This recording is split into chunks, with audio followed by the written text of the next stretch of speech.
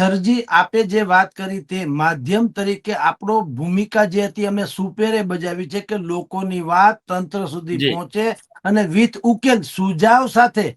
જો વિપક્ષોની જેમ બોલ્યા હોત તમે સુજાવ ન સૂજવો હોત.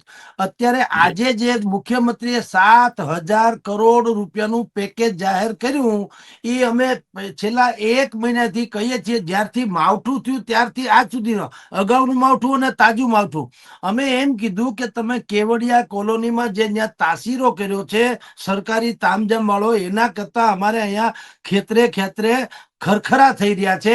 તમે મેક્સિમમ એને આપો એટલે ગરીબ માણસોને થાય.